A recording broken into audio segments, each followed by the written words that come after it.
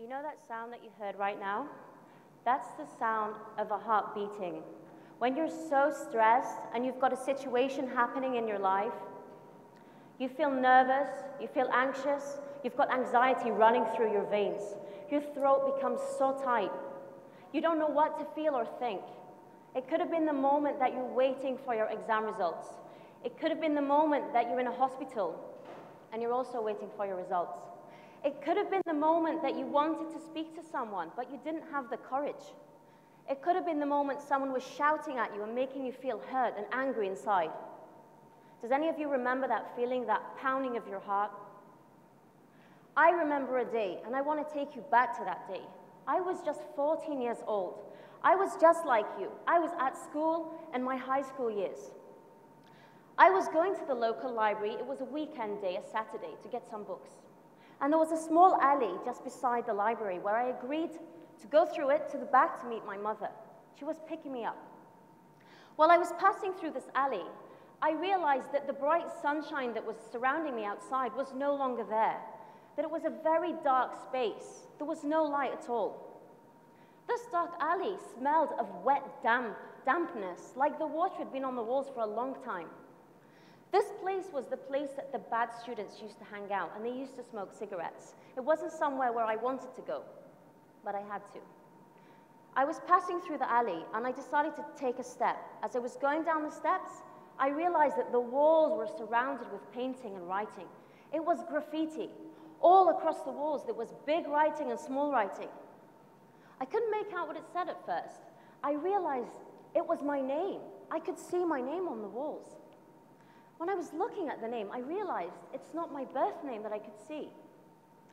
It was the name that the bullies at school used to call me. It was the name that they used to shout across the streets to me. Hey, alien head. I was looking at that wall and I was thinking, why on earth would someone write about me on the walls? Why would they do this? Do I look like this? Do I look like an alien? Do I have ugly face and gray skin and really old looking, a monstrosity like this?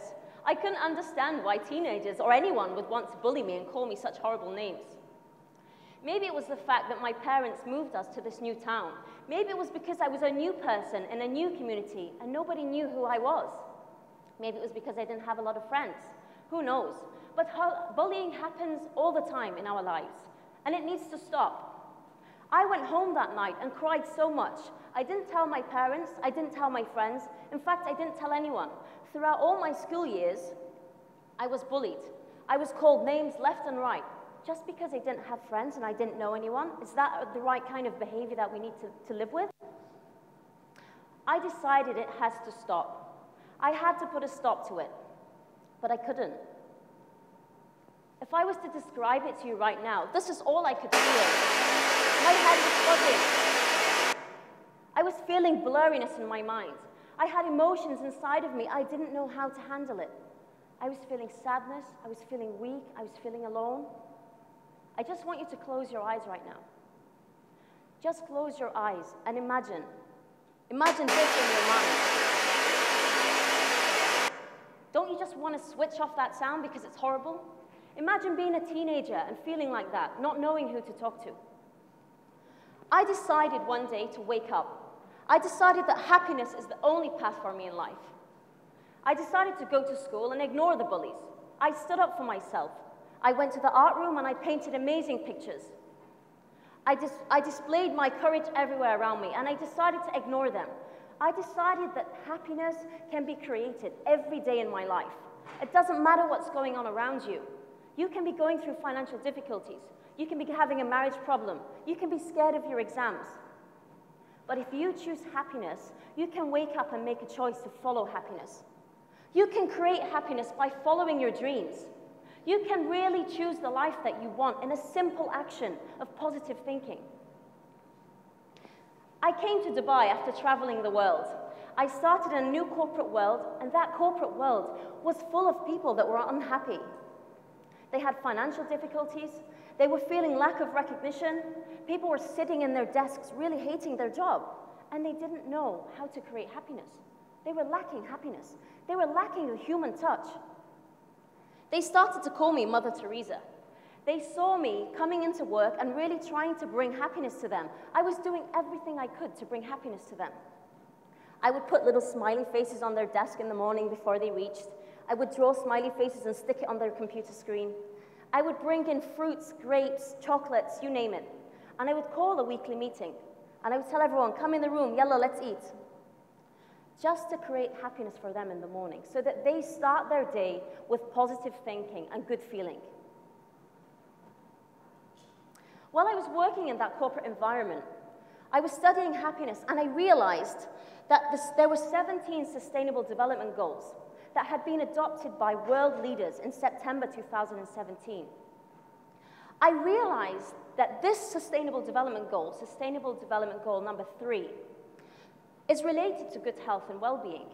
And I realized that happiness is an outcome of good health and well-being. Well-being might be your psychological well-being, your emotional well-being, it might be your financial well-being, or your body, anything at all. Your well-being is your presence. And I realized if I could just get people to understand this goal in the workplace, take care of their health and take care of their happiness, they would be able to thrive and be the better version of themselves in the world. I received a call from a company about the Global Goals World Cup. Have you ever heard of it? It's a female football tournament that's played once every year around the world. And females, believe it or not, they play football. They get out of their clothes like this, and they get on their sports gear, and yes, they wear football kit, just like men, and they battle it out on the football pitch. And they play for each one of these goals. We decided to play for good health and well-being. Now, you're probably wondering, why did we choose that goal? When you play sport, the body releases positive chemicals to the body, otherwise known as the happy chemicals. When you play sport, the body gives reward chemicals to the body and to the mind, so you get that good feeling, that happy feeling. We played on the football pitch, and we did a great job. We weren't very good, but it was amazing. We learned resilience, we learned teamwork, collaboration, we showed that women empowerment matters.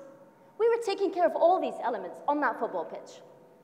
And you know the funny thing? Till this day, we go out twice a week and we play football. We're not very good at it, but we do it because it feels good, because the body likes to play sport. And sport and fitness is good for your health, and it's good for your well-being. I just want to show you a very simple activity right now. So there's a lot of you in the room, so if you can just take a look to your neighbor, whether it be to the left or to the right, and just say, hello, neighbor. Do you know the name of the neighbor sitting next to you? If you don't know them, just ask them their name.